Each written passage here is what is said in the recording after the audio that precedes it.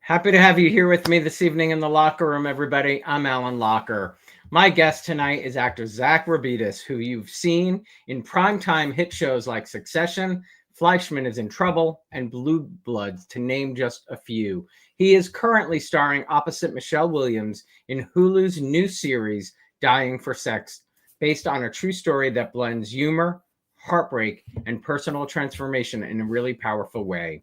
We'll also talk about Zack's work as an actor, dive into his experience in Dying for Sex, and of course, we'll talk about his late wife, Marnie Schulenburg, who fought to kick cancer's ass, and how her legacy continues to inspire and make a difference 3 years later. Please join me in welcoming Zack Robidas to the locker room. Hey, Zack. Hey, Alan. Thank you. Lovely intro. Thank you. You are so welcome, my friend. Great to have you here. Good to be here. I'm a series regular now on the Yeah, you are. You are. Yeah. You just put your daughter to bed. How's Yes. Coda doing? Almost She's 6 years old. good. She's good. You know what we've been doing? We've been messing with it. Do you know this AI trend where you can take photos that they make and you put them through ChatGPT and like use the language model to make it look like a National Geographic like creature, an actual real photo? We're obsessed. So we've been like taking pictures of all of her art and like seeing what it would look like out in the real world. If you haven't done it with your toddlers yet, it's so fun. And it's like been making her draw more too. Like she's like, well, let's do this one. Let's do this one. Like that is kind of been our latest obsession. So ChatGPT is beyond endlessly fun. Yeah, all that AI is really beyond. What else is she into? As she approaches 6. Spooky stuff, all spooky stuff, all the time. Frankenstein lives in our attic. Well, because it's just two of us, right? So we frequently have to have a third person. Like if we're in an argument, or she started doing this at an early age. Actually, it used to be like a puppet, but she's graduated to Frankenstein now. Like, in order to sort of like deflect the energy sometimes of just the two of us, if something's emotional, we're not getting, she'll like call Frankenstein, or I'll call Frankenstein, just to have like a third person in the house, so we don't I sound like a crazy person right now, but so that we don't, so that we don't just make each other crazy. It's like Frankenstein will come down, settle an argument, and it's just me growling. I'm just I'm doing a bad Frankenstein, and like Frankenstein will like settle arguments for us. It's tremendous. I think I've chosen to be an actor. I think I was supposed to be an actor just for this moment in my life. For fatherhood. For fatherhood. Yeah. Fathering a toddler. You get to act out every role known to man. It's a performance every night. Well, we must talk about your incredible role as Hooper in Dying for Sex. Michelle Williams plays Molly Cochin, a woman with terminal cancer who, after leaving her husband, explores her sexuality and reconnects with her body, autonomy, and identity. I know this role hits close to home. How did it come to you? Did you know this story before? No. So I actually caught up with Jessica Daniels, cast it at the rap party, and she was like, I got to tell you, as soon as I read Finance Bro, I thought of Zack Robidas. So I don't know, like, if that was a compliment but I just, I don't know, exude Finance Bro, something very unlikable about me that Jess was like, let's go with that guy. And then I started to dig into the text and the script. I'm like, okay, the cancer show. All right, do I want to do this? Whatever. I'll just audition. Okay, I got the part. Now, okay, do I want to do this cancer show? Do I want to? Yeah, obviously it was like sort of a consideration of like, this is a bit close to home. Do I want to do this? And so it took a little extra consideration. But ultimately, like, I enjoy acting, and I like being compensated for acting, and and I like attention, and so I decided to do it. Well, it's definitely a role that grabs attention, and I knew it would, and so like reading it, I was like, okay, me being involved in this, like, at least Alan Locher will want to talk to me. And if Alan wants to talk to me, then I could plug this, this scholarship fund that I had this grand idea that I was like really gonna go all out on, like marketing Marnie's scholar, like using the fake penis to market the scholarship fund. And it was ultimately too weird. I was like, the people are gonna think I'm absolutely crazy. But did you know from the get-go it would be fake? No, I didn't, because I remember talking. I was like, well, what was it? I was talking to I was like, is there a way where like I could use mine and they could just pay me what they would pay, an FX like what the prosthetic person, all this stuff. Like I'll just like you just use. I have one of those. You can, but then spoiler alert, if you haven't seen it, I'm sorry, but I learned that it had to eventually fly off my body and sprout wings in episode 8. So I couldn't do that in the audition. I couldn't make that happen. So ultimately, no, they had to use a fake one. But it was funny when my manager was telling me about it. He was like, okay, a lawyer had to write this in a contract. Zack will be displayed wearing, quote, a beautiful member, and just like the fact that someone like had to write that, like some lawyer had to write beautiful. It's a beautiful member, and then that had to be communicated to me. Like, don't worry, it's a beautiful member. So that it was sort of its nickname. The prosthetic had that nickname of beautiful member throughout the shoot. What was it like working with Michelle? Oh dear, oh my gosh, she's probably like just the most present actress I've ever worked with. Just available, like locked in, available, present, there in the room with you. A lot of times sometimes you're working with people and they're just aware of their angles or what they're supposed to be doing, their agenda, or there are I always like to say that there are like mathematicians, and then there are builders, there are architects, and there are beers. And she was just a beer. There are people that you might watch, and you get to see you see all the work, you see all the levers and the things that they're pulling, and it's craft. It's real craft. It's amazing. One is not better than the other. Like certainly, like sort of like a Christian Bale or somebody who's like an architect. You get to see all the stuff that they do. They shed 1 million pounds, or they, whatever, change their face or do all sorts of things. But she was just boom, like in it, present, available, and just cool, just super cool. She was, everybody was incredible. It really was very well done. It's a, tough subject, but done with humor that, you need during, I'm sure you know that you need some laughter, some levity. Yeah, I think what it does really successfully is it captures that thing of like there are, in those moments of devastation and tragedy, those are there's some of Marnie and I's best laughs where, like trying to figure out Dexcom insulin, charger for the first time. And like you, out of these desperate moments, out of your darkest days, like there is levity. You're not, there's this assumption that you're just depressed all the time. And often what would happen is like, people would come up to you and say like, I'm so sorry. Oh my God. Like I feel like, oh, how are you doing? And like, you're not, you might not be experiencing that emotion at the time because, you're a human and you're not going to just walk around depressed all the time. And so it would be jarring or shocking for people, or often you adopt, that energy that someone brings to you. I think we talked about this the first time, that like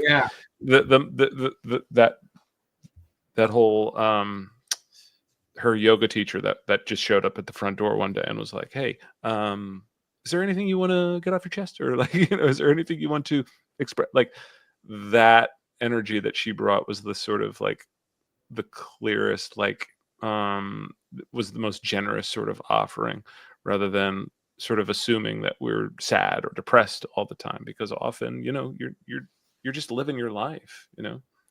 And so the show that was long-winded and weird, but the show does a really good job of just showing you that, like, yeah, it's in your darkest days, there's also extreme levity. Yeah. Did folks involved with the show know your story? I don't know. I really don't know. If they did, they didn't make it known. They didn't make it aware, which I loved. Like, Yeah. yeah, I think like yeah, it was just easier to navigate the whole thing without anyone handling me with like kids gloves or any of that stuff. They just let me kind of do my thing and not make a big deal about it. I assume I don't know. I assume Yeah. they Google me like before they give me a job. Doesn't I everybody don't Google know. everybody these days? Yeah, probably. Like, make sure this person's not Or crazy. check AI? Yeah. I'm sure you and Marnie many times talked about actors and performances. What do you think Marnie would have thought of Michelle's performance in this role? Hmm. Well, I mean, I know she adored her. Mm. Yeah, one of her movies with oh man, I don't even know names. I'm gonna get this wrong. Blue Valentine, is that it? I can't remember. It's Yeah, Blue her, Ryan Valentine. Gosling. Yeah. Oh my God, like that was one of our that was one of our favorites. That, like, and it's dark and it's depressing and it's sad and it's about a couple that is desperate, but she is just killer in it. Like, I know she loved her, and so yeah, I have she to would have look if I obviously saw thought it that. was I know great. I wanted to. I Yeah, it's great. I remember that being a big deal when it came out, but I don't remember now. Yeah, it's a tough watch for couples in like long relationships. It's like, because it's raw and desperate, but yeah, they're beautiful in it. Well, it's an Yeah, she awesome loved role, it. so congrats. I hope Thank roles you. like It's so fun. I'll yeah, I say, bet. like, man, like the most fun was just like learning about kink culture. Like, it was fun to just do that because I didn't know anything about, like, Claire Warden. We had a intimacy coordinator, and she was Yep. so like, she'd call me all the time and be like, "What do you need? What do you want? How do we make you feel comfortable on set?" And like, I didn't really like. It felt like wearing a mask. Like, I didn't. I'm fine with it. It's like silly. It's goofy. But she was like, "Do you need anything to feel comfortable, to feel safe?" I was like, "I don't really know. Like, can I talk to somebody about like cock ages and like all this stuff? Like, I don't really know too much about it." And she hooked me up with the dom, and not hooked me up with the dom. She gave me the contact of a dominatrix, and like I got to like just learn, about the NYC kink scene, and it was really helpful. Like, I've had people reach out, basically saying like, "Thank you for representing us well," and like not like making fun of kink culture, because like, just talking to the dominatrix, I learned like there's like basically two big guiding principles when it comes to setting up a date or anything, and that's to express your needs very clearly, say what you want, what you need, what you would like, and to create a safe game, basically create a safe place so that you can experiment and play, right? So that, like, when something goes awry, you're constantly checking in with the other person, which was really informative, because there was like a moment where Michelle sort of like spirals out of it. She has that flashback scene where the muslin is on her face and she goes out of it, and Hooper's like, "Are you okay? Like, what happened there?" And my initial take on that scene was like, "Oh, I'm not performing well, or she's not into me, or she's not," like, my guy brain, my natural Zach guy brain was like, "Oh, she's not into me. Like, are you okay?" But after talking to the dominatrix, I learned like, no, like, that's an opportunity to check in and like, "Are you okay? Like, hey, like, stop game. This is out of scene now. We're out of our kink scene. Are you okay?" So that we can get back to playing, basically. Like, and it was just so revealing. It was so Fascinating. interesting. Yeah. Yeah, this show and Billions, Paul Giamatti's character and his wife Mm. were into kink. Oh, And, great. All right. So and they've they already, yeah. and they explored, some of that there. Or he Honestly, was more. I've had as many people reach out to me about cancer as I have, like, couples have reached out to me about kink, and just like, that are curious, or just saying like, "Hey, this is like opened some weird conversations for us." The show is like, because I mean, the that fundamental message of like, if you're going to die tomorrow, like, are you having the right sex right now? Like, are your needs fulfilled? If you, have limited time left, are your needs being met? Because you should live that way. We should all live that way. Express what you need. And it's okay if it's a little weird or if it's a little edgy. Like, if you want to put your penis in a cage, whatever it is, like, say it, try it. Because look, this is it. You got one shot, you got one life. And so like that message, that journey for Molly was really interesting and very vastly different than than my own experience. And so like watching it, that I've only seen what they showed us at the premiere. Like I was not really interested in watching the whole thing. But I did go to the premiere, and I've watched some. And so, what they are successful at is, I lost my train of thought there, that like, yeah, I don't know. I lost Yeah, it. no, I mean, yeah, and it's totally understandable not watching this, Yeah.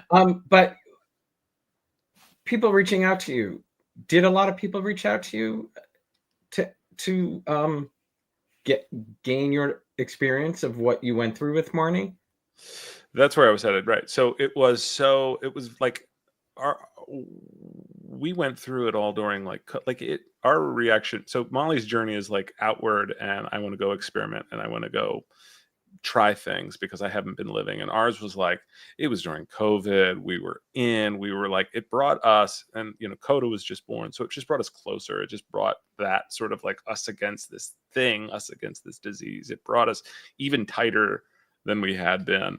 And so it was easy to sort of sit there through it and watch it because it felt very just sort of silly and removed. It felt very different. But people have watched, and people have reached out, and yeah, like, I think it's different enough that, no one's like, I Did haven't it gotten anyone surprise to be like, you the first time somebody reached out about, dying for sex? no, I mean, I knew I was going to get a response. I knew I was going to get people being like, "Hey, what the heck is this all about?" Like people sending me reviews. The best review, my friend Clint, who's in casting, reached out and was like, "Okay, so I'm just calling you Cock Cage Aficionado from now on, right?" I think, like, E-Weekly had some review of like Cock Cage Aficionado. I was like, "Yeah, great, this is perfect." There you go. And You can put it on your special skills on your absolutely, yeah, I managed to get classically trained and Cock Cage Aficionado in the same little blurb in, I think, E-Weekly. So that's perfect right there. That's good recognition there. Good recognition. Let's go back. You grew up in Reading, Pennsylvania, right? Yeah, I come from butchers and coal miners. That's right. Yeah, my grandpa owned a butcher store across the street, and Grandpa Robidas was a coal miner. So yeah, I'm a Pennsylvania boy. Wow. Yeah. And where did acting fall in? Like, did you set out to do something else when you first were That thinking was about career? my good old Uncle Pat. He had a catering company, and one year he opened up a haunted hayride there in Sinking Spring, Pennsylvania. And so my earliest days acting were like jumping out in front of wagons, and then we would just like kind of do a monologue, right, for a wagon, and kind of scare people. Oh, what do we have here? Doing all that stuff and banging on trash cans. And now it's like a big thing. He still has it. Shocktoberfest, plug, Uncle Pat, plug for you, Shocktoberfest. Shocktoberfest things. It's like one of the premier haunted houses on the East Coast. It's become this big thing. But back then it was like just a bunch of us, family members in like masks running around, like scaring people. And so like, it was just sort of the family. We were just carnies. I've just always been a carny. And so it's been fine. Like my family's like, whatever, this is normal. It's normal that I'm wearing a fake penis to them. None of them have watched it. My family hasn't watched it. I don't think no, that's not true. My parents were like, "Hey, great job, good fake penis." Oh Like, my well God. done. Yeah. I would die. That phone call would do me No in. good, no good. Yeah, that's fine. No, my dad's like he's like taking credit. He's like telling people he takes after me. He doesn't want anyone to know it's fake. He's like, he takes after me. He's running around telling people, "That's my boy." He's so proud. Yep, get that for me. And It's so like trying to hide our. was acting really just all you wanted to do? Yeah, I just wasn't like, it was just always what I did. It wasn't like, yeah, it was just always, it had always been there, and it has always been there. Like, I'm not a famous human, but like, I have worked consistently since I've been in New York. Got here in like '06, and I keep popping up in things between commercials, TV, some movies here and there. Like, it's just always kind of been, Not I've some been very small lucky. shows. These are not Yeah. small shows you're doing. No, I'm getting good stuff. Yeah, it's not You bad. really are. You pick the good agent or manager or I have a whoever it very is good in manager, between. and I have a very good manager. Have had a good manager, Kyle Luker, and now I have an amazing agent, and Cassandra Buchwald, and yeah, I got a really good team, That and that that the that's commercials also. awesome. Yeah, Well, you and Marnie chose the same university, and that's where you met, correct? that is DeSales University, and then we'd go back in the summers and work at the Pennsylvania Shakespeare Festival, and kind of have the summer camp experience, Remind doing me of Shakespeare. how did you first meet on campus? Library steps. Her friend was giving me a tour. Um, and I was a transfer student. I was coming to DeSales, and a friend was like, "Marnie, get over here. Come here. Tell them about the theater program." She's in the theater program, and Marnie just like went on, and on and on about the theater program and how great it was. And I walked away thinking like, theater nerd, avoid her when I get there. Like, get out of here. It was not love at first sight. But and then That, like, yeah. what was the first role you ever saw Marnie do at school? Do you remember? Boy, we did a show probably my first semester together called like Trojan. It was called Trojan Women, and it's like, the Greeks. It's like a Greek tragedy, and so we were acting together, and and it was pretty clear that like she had the chops. Yeah, she was the real deal. Yeah, but the first thing that like, and then we were in shows together a lot, did West Side Story together, and a couple others. But then the first thing I saw her in that I was not in, that I was like, oh, she's a little different. She did Sally Bowles in Chicago there at DeSales, and just knocked it out. Like, in college, I was like, oh, okay, she's actually going to do this. And then we moved to New York, and we're there like 2 months, and she gets on the soap. She books As the World Turns, and like just does, is immediately Was it successful. that quick for her? It was pretty quick. Yeah, it was pretty quick for her. Wow. Like, I think I booked like a Law and Order first, and was like, okay, here we go, Easy Street, fucking Law and Order. It's like one day, $300. I'm like waiting tables for the next 3 years. She books As the World Turns, like the following week, and is on that for like whatever 5 years. Gets nominated for a daytime Emmy. Goes all the way with it. Yeah. That's Yeah, pretty good though. 2 months yeah, after, not bad. yeah. We hit the ground running pretty quick. Pretty quick. Yeah. Yeah. Absolutely. I mean, that really is. If you had to pick a favorite performance, was it the Sally one for you? It's South Pacific. South Pacific. She did. I think there may be a clip in the video that you're going to share later, but yeah, she did South Pacific, and she just really like just sacrificed a lot, and like went deep, and just kind of committed herself to it, to just like getting her voice in tremendous shape. And honestly, it was the thing that was like, she was like, oh, I can't do musical theater because of like what it takes, like how hard you have to, like, those people's whole bodies are their instruments and have to be in top shape. And yeah, she was just incredible in it. And afterwards was like, I'm probably not doing that again. Like, yeah, it's just wild. It's like marathon runners. Yeah, I mean, I can't imagine, Yeah. doing a show like those. Yeah. Just not in the least. She carries a movie, an independent film, I think is some of her best work, that we shot with friends on Cape Cod. It's called The Golden Scallop, and I think you can find it maybe on Amazon still. I'm not sure, but it's a Wow. comedy, and it's like the most her. Like, she's like actually her. She's like herself in it very much. It's terrific, but like a little like probably a little drunker version of herself, but it's really good. The Golden Scallop. Hmm. Yeah. Who are some of the mentors who've helped guide your path? along the way, whether it's professors?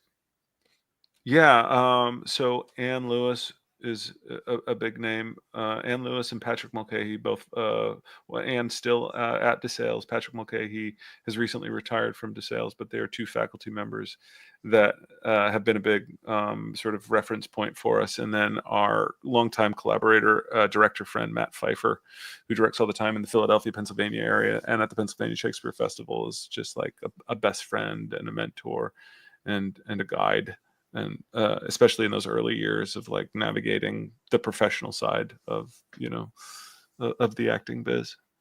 And then our manager, we had the same manager, Kyle Luker.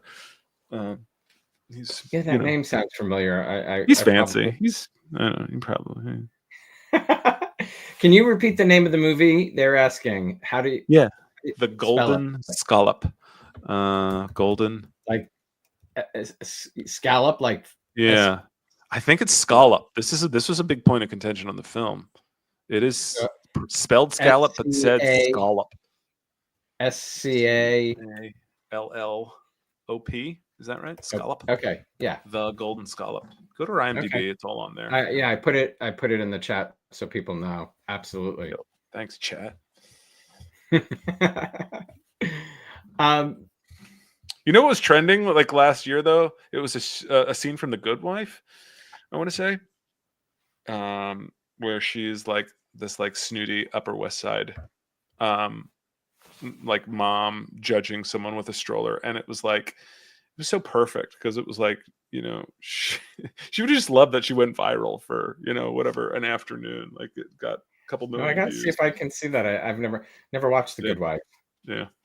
So do you watch much TV yourself? Nothing. No. I am full-time dad. I'm working, auditioning. And then it's, after school routine, making 3 meals a day. I'm a short order chef. I'm basically a short order chef. 3 meals a day, bedtime routine. And then I sit right here and I'll play like nerdy video games maybe for like a half hour. Because after like, hardcore parenting, like I gotta just like unplug and like shoot, 12-year-olds in a video game world. That's how I decompress right here. Just like, this is actually upsetting to see. This is the angle. This is what I look like. I thought I was so much cooler, but this is it. This is what I look like. This is my gaming chair. And that is how I give myself a half hour a night in my gaming chair. I sit here and I shove nachos in my face and play video games. There you go. You gotta have something. You gotta have something. I just shoved potato chips before we did this. And there you go. God bless.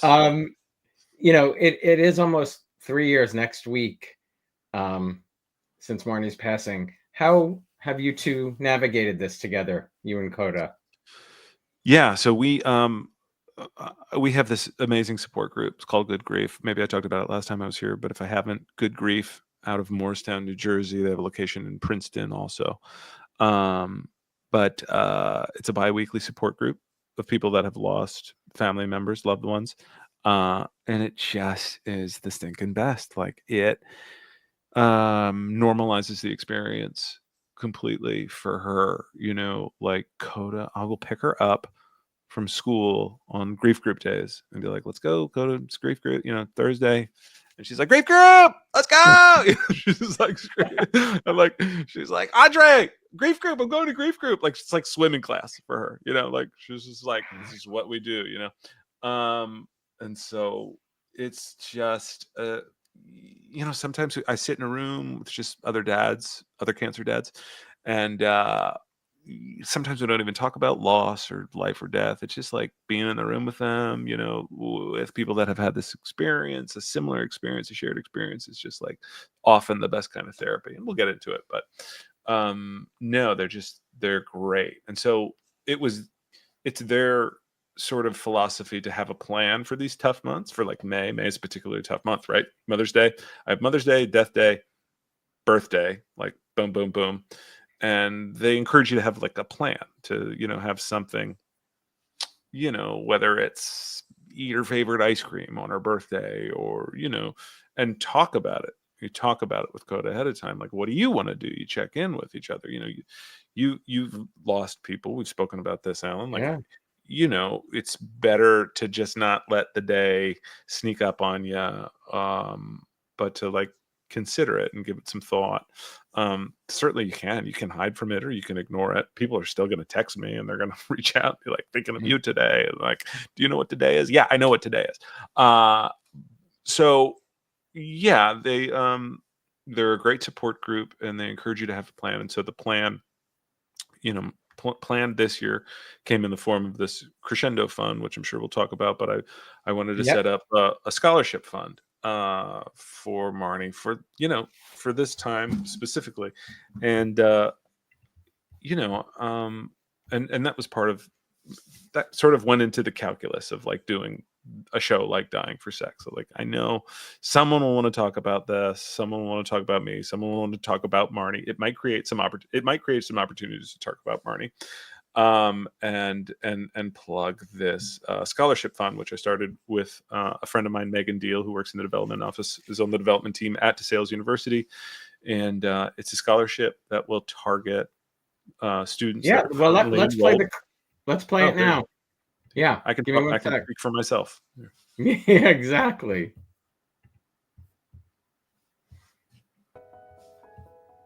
So Marnie Schulenburg, my late wife, was a sort of so strange. Marnie Schulenburg is my late wife. She was a student at DeSales University from 2002 to 2006. She passed from stage 4 metastatic breast cancer in 2021. It was important for me to have part of her legacy honored here at DeSales. Performance, singing, auditioning was so helpful to Marnie when she was battling cancer for those 2 years. She never stopped singing, she never stopped performing, she never stopped auditioning throughout that process. I'm just sort of hopeful that her sort of grit and her passion and her love of performing could inspire, the next generation of DeSales alumni. Marnie was 110% in all things. If she was, Lord stand there in the corner, soldier number 2, it didn't matter. She was the star. You were watching her, you couldn't take your eyes off her. We tried putting her in a wig and a mustache for one of the ensemble roles in one of the Shakespeare, but it didn't matter. You had to watch her. If she was on stage, she just radiated, right? Like she just drew your eye. She books a job. She books City on a Hill while she has a newborn at home and is battling stage 4 cancer and, is on chemo. And I come down one morning and there's $150 for the donuts in the kitchen. And I'm like, what is going on with all of this food? And she tells me she has to take it to the makeup department and thank them for hiding her cancer. That's just the kind of person she was. She was always thinking about other people, always thankful to other people. She didn't let the disease hold her back from the thing that she loved to do. Her perseverance through the whole thing is like, you love a person and then you sort of go into this other place where you start to admire them because it's just kind of not human. I'd have been in bed.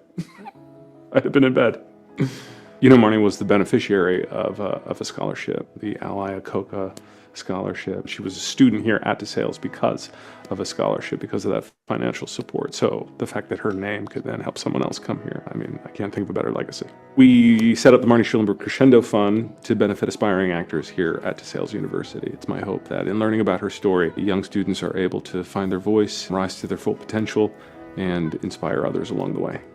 It was important for me that the scholarship target a student who was currently enrolled at DeSales University. I felt like a lot of scholarships are about enrollment and getting them here, and Marnie was all about getting people to the next place, getting people to the next level. Part of what is exciting about setting up a permanent legacy is because we did have such a big community here, such a big family at DeSales, people are always asking me, what can they do, where can we give, how can we donate? And so the Crescendo Fund would provide an opportunity to sort of keep her legacy, keep her story continuing, keep it everlasting, and hopefully one day, her daughter can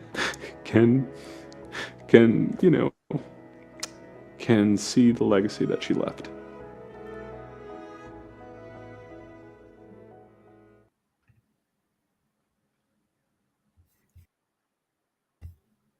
Really incredible.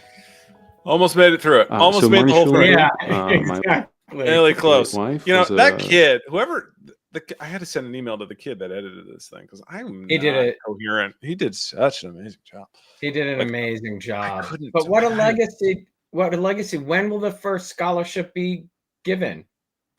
It's a really good question. I think I have a target of $50,000. I have to get $50,000. There's no timeline. But if I hit $50,000, it is invested in perpetuity. It is always going to be there. It'll always pay out. And Wow. so, Well, anybody can scan this QR code and donate whatever you can to this fund in Marnie's honor. Please, please. Thanks, Alan. I appreciate that. I mean, really, first of all, I don't know if I remembered that she went there on a scholarship. That's incredible. And now for you guys to be able to do this for other students. Yeah, it's just nice. It is an active way to celebrate her and to just kind of let her live on and have a permanent place at DeSales. You know, it's well. So some other nerd who meets somebody on those steps, there you go, can talk about the theater program. And we used to joke like, "Where's the scholarship for like seniors that like have to go get their first apartment?" Like that's what scholar like we would seriously joke about that. Like, you know, that time after graduation is just like impossible. And so what's cool about this is like, you know, it's got to be somebody who is in the program. They have to demonstrate a little bit of community service because I wanted that to be part of it. Like Marnie was just constantly doing for other people, babysitting or volunteering, or, you know, she volunteered at B2E animal shelter, you know, once a week. She was there just like holding cats. Like she was about community service.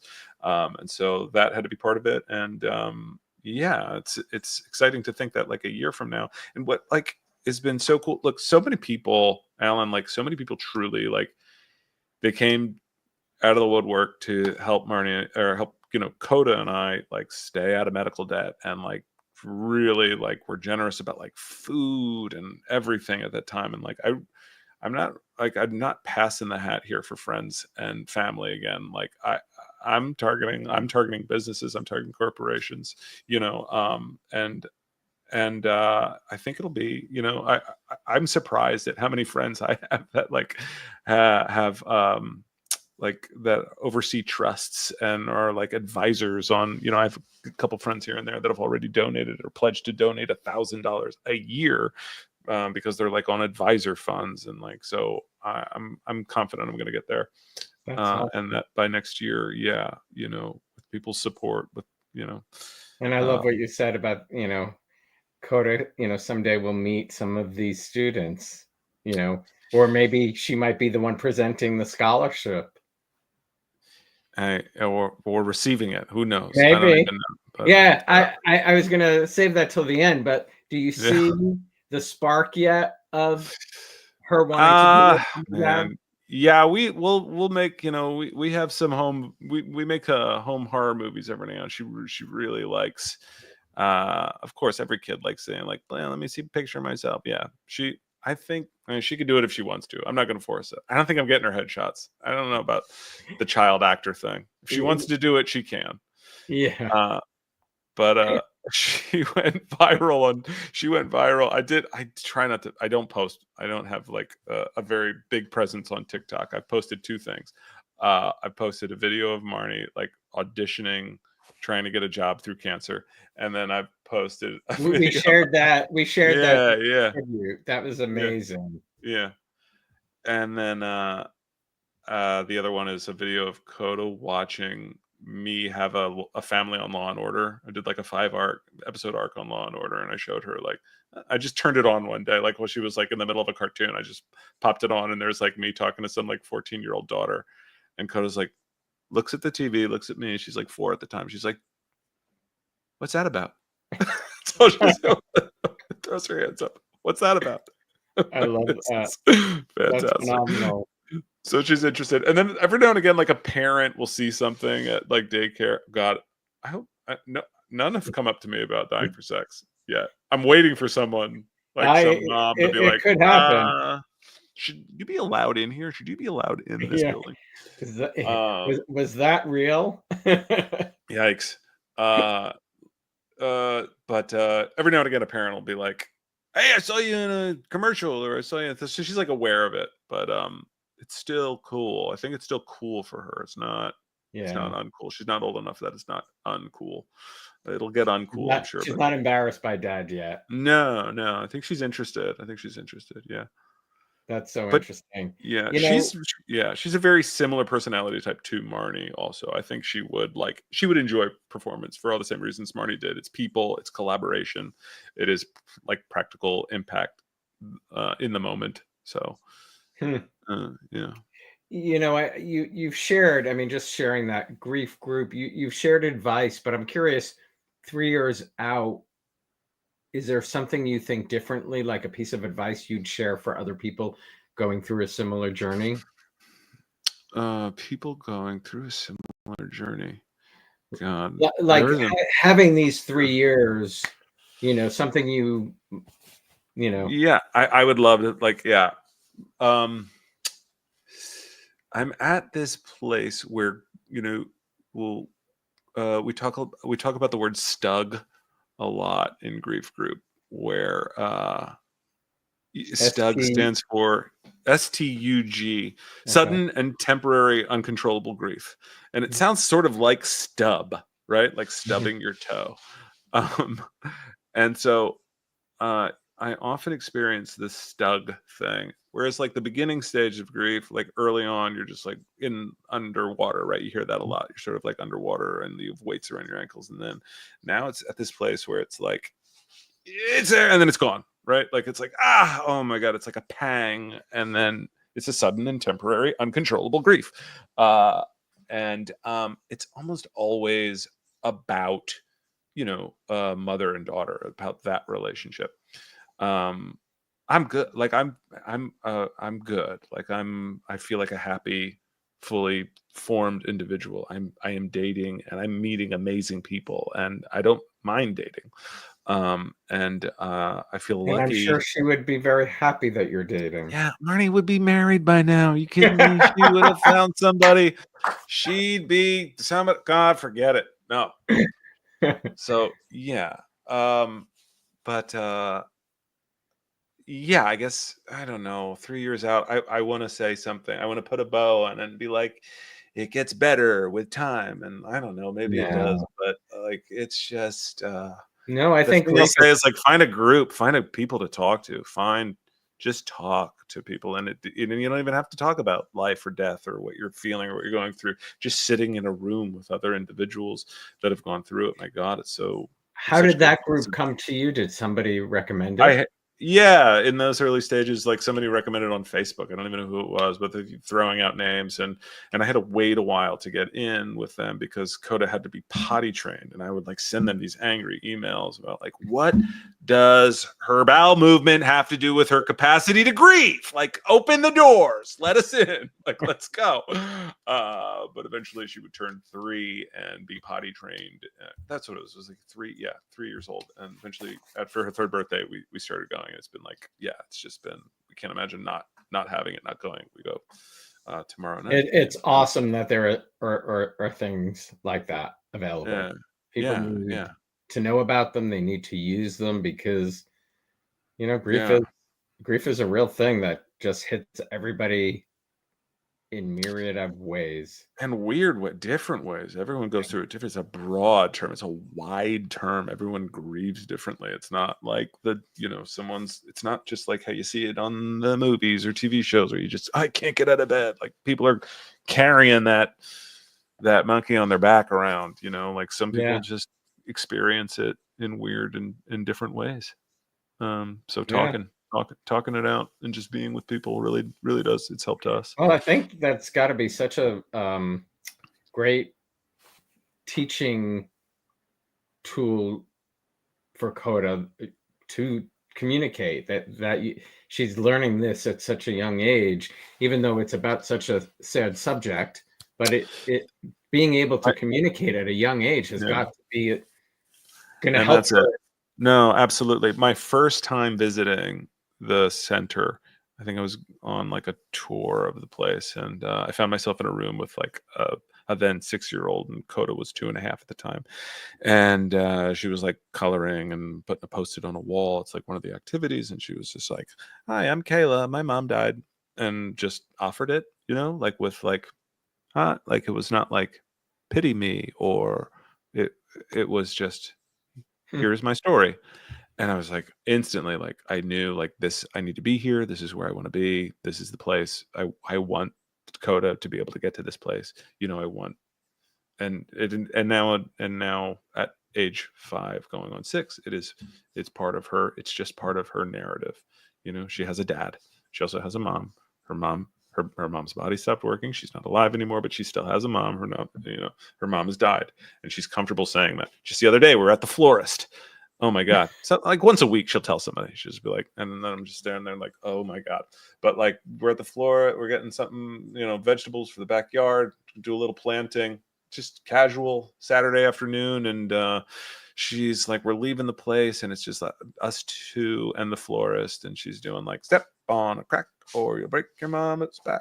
But I don't have a mom, so it's okay. Bye. And just like, I'm watching this like woman's face, like holding this like pair of scissors and some fucking azaleas, like, okay, sorry, see ya. But yeah, she's like, she has no problems expressing herself. Yeah, I just think, I mean, teaching empathy at a young age too, communication, all of that. Oh yeah, they go over the feels. Like, yeah, each week there's some some activity based on the feels. Wow. Well, Yeah. let's get back to in front of the camera. I said it early on. You've been in Succession, Fleishman Is in Trouble, Blue Bloods. I had people reaching out saying they loved you on Blue Bloods. They saw that episode. Do you have a favorite that you've done? I mean, this is up there. Dying for Sex is up there. Succession pops up all the time on reels, like that scene, Tom and I. But the one, the most fun I've had on any set was probably Friends from College. It was a Netflix show. I was in season 2. It was in 8 episodes, and it was just, I was in with people that are famous from multiple shows, like Fred Savage, Colby Smulders, people like that. It was my first foray into wearing a fake penis. I actually shot a scene where they, this is like before intimacy coordinators. So some like, crew member just came over with an Evian bottle, and it had a ball of duct tape at the end of it. And he was just like, this is your penis for this scene. Put it under your shorts. So like, there's like a scene where I have an erection, and it's just that in my pants. Like now there would be like a 30-minute conversation about that penis, and everyone in the room would know about the Evian bottle that was going to be placed. But that show, yeah, that was just because I was in it a bunch. I was in 6 of the 8 episodes, and I was traveling around with them. I've never watched. It's great. Oh, great it's so cast. fun. I'm looking at great cast. wow. Billy, yeah. Love that. Cast. Love everybody in that. Ultimately, that's what killed it. I don't think they could afford to do a 3rd season because it was just like a bunch of A-listers. It was a bunch of people at the top of their game that were all about to do other Marvel projects and big things. And what was Tom McFadden like? Tom was great. Oh, fancy a go through. Yeah, I fancy a go through. Tom. Matthew was. He wanted to he was like open to running lines before the scene. That's what I remember about him. Just like, hey, he's like, oh, fancy a go through. Oh yeah, I said Tom. He played Tom. Yeah. I said Tom. Yeah. Matthew McFadden. Yeah. Matthew McFadden. Yeah. I remember him that day. Like, yeah, I was just like, let's fancy a go through it once. A lot of actors are protective, and some like, wait for action to like go through. Like, not every actor wants to run lines with the quote unquote guest star, or but he was like open to just like running through stuff beforehand, which is cool. My first ever Law and Order gig, first ever job, that one I was telling you about earlier, was with Chevy Chase. And I remember going up to Chevy. It was my first thing. I'm fresh off the boat, and I'm like 20 if I'm a day, and I go over to him and I'm like, hey, do you want to go through our scene? I'm like pulling him over. I'm like, hey, you're under arrest. That's it. Like, I say like 3 words. I'm like, we got one under for DUI. That's it. It's not a scene. But I went up to him foolishly and I was like, hey, do you want to go through these lines? And I tell you, Alan, I've never had someone look like through me before. Like I was not. He didn't even respond. Like I was nothing. It was just like and like wanted. And this is like before the rumors came out that he was actually like not a great dude. I didn't know that he was still like a hero of mine then. And so like just to have that sort of bookend experience to like someone who is at the top of their game, like Matthew, who was like, oh, fancy a go through, like it was like such a cool experience because that Chevy sort of experience led me to believe like, oh, I shouldn't ever ask people. And I don't ever lead with like, hey, do you want to run lines? I let people, especially if they're above you on a call sheet, especially if they're like number one or number two, you don't want to mess with somebody's process. Like I defer to the top dogs. If they want to go through it, they go through it. But that's a shame. I mean, because it is also like you said, you were, barely 20, your first, one of your first, and that, have somebody react that way just sucks because he was going through whatever he was going through. I don't know. Yeah, but you have a stronger confidence not to take that, but some other actor might have been like, really. No, I was pretty heartbroken at the time. I come off confident now, but I was pretty dejected. But no, it's a hard thing, it's so simple and it's so hard being in front of a camera. That like whatever someone's process is, I'm at this point in my career where like I don't fault anyone for it. If they don't fancy a go through, I get it. If you fancy one, I love you. Thank goodness. That's my kind of actor. I mean, like, isn't a fancy a go through to me is like just making it better. Fancy that go through. Yeah. Make it better. But like it's not everybody's bag. Like if you're Jeremy Strong, you don't fancy a go through. You want it to be fresh as soon as they call action. You want it to be in the moment and real and cool and sexy. And like I get that too. Like that's your thing. I think it's just, stage actors, Matthew comes from the stage and they're used to sort of getting the rhythm and hearing it and hearing the words, and so that's part of his training, probably. That's part of his upbringing. Someone like Chevy is probably not a stage actor. It's not part of his thing. It's not something he wants to do. He doesn't fancy go-throughs. And so it's whatever you want. Like whatever So you say you don't watch much TV, but you get a part like Succession. Do you watch Succession before? Oh, I stopped. You better believe I stopped watching that show. Because I'd show up. Like I watched the first season. I was like, this is so good. Oh my God. I'm such a fan. I had to stop because then you're then in the room with these people that you're like idolizing. They're right there. Brian Cox is right in front of your face. So you're like, oh, Jesus, there it is. Oh my God. And he's like yelling about these goddamn writers that try to kill me. I mean, it's like he was yelling all the time. Goddamn right, always yelling about the writers, but like you're so afraid, then like you're just like, oh my God, so I always get too nervous, so I had to stop watching that show and just like, nah, these are normal people, whatever, they're just normal actors. Show's not a big deal, whatever. Yeah, but I mean, not a big deal. You book Fleishman Is, all these. Oh no, I think it's very cool. I just meant like my way into thinking that it's not a big deal. I know, but they are, which is incredible, and you should be darn proud. Well, they're cool New York shows. I get cool New York shows because I'm local hire. I'm a value player.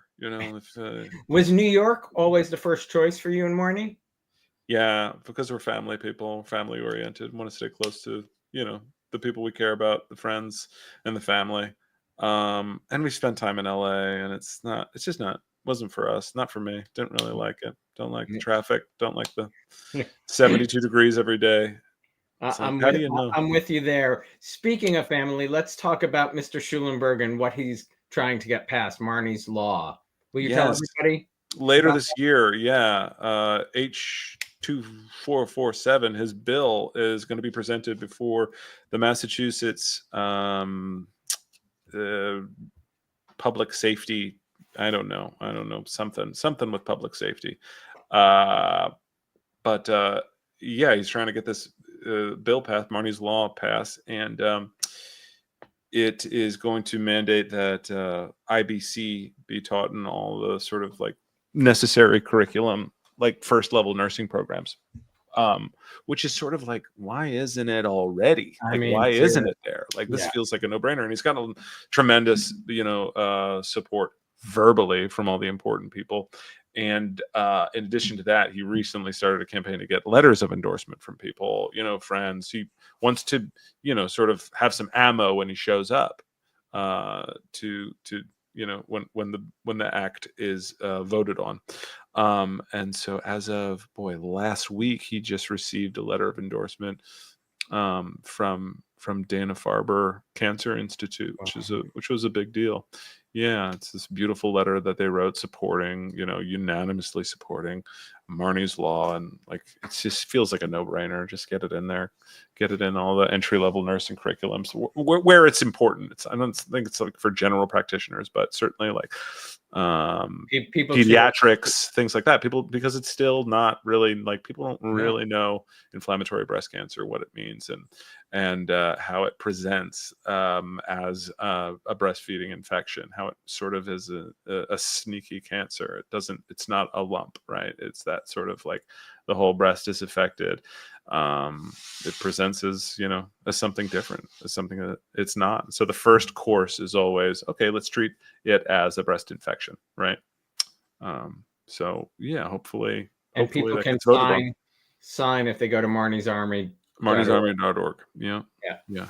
And Marnie's Army is still, and so the Crescendo Fund is under the umbrella of Marnie's Army. Marnie's Army is still active and still present and still raising funds, and he's doing his thing. I mean, it's incredible what the group of Marnie's Army. It's just a family trying to figure out, how do we make sense of this? Really, it's what it is. It's like, how many memorial benches and funds and scholarships can we do until this makes sense or feels right? It's really what it is so tragic that our government is pulling back on so much cancer research. It's just, and like, I don't watch TV.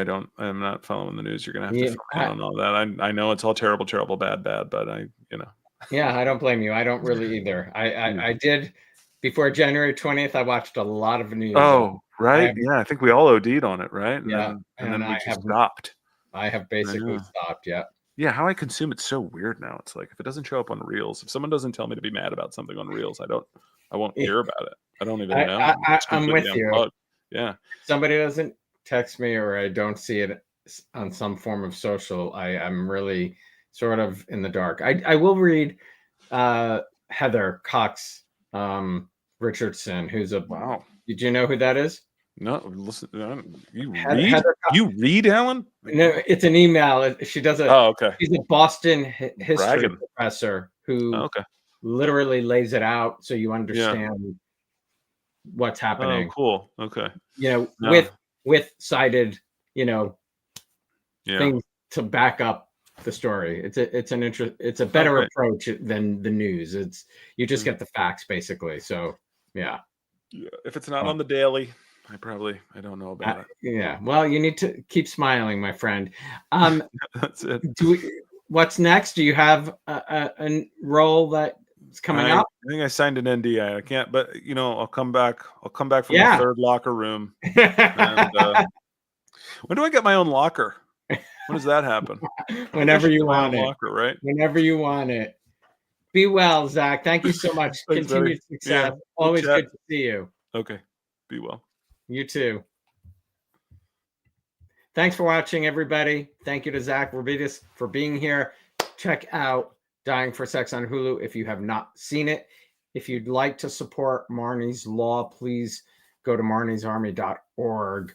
Please join me next Thursday, May 15th at 7:30 Eastern, when author Tom Lisandi joins me live to discuss his new book, Texas, an oral history of daytime TV's Answer to Dallas, along with cast members John McCafferty, Karen Richmond, Ken Schreiner, and Tom Wiggin. If you haven't yet subscribed to my YouTube channel, you can do so down below. Turn on the notifications for reminders of all upcoming shows. And if you like to stream audio versions, just search The Locker Room on your favorite podcast app. Have a great weekend, everybody. And as always, please stay safe.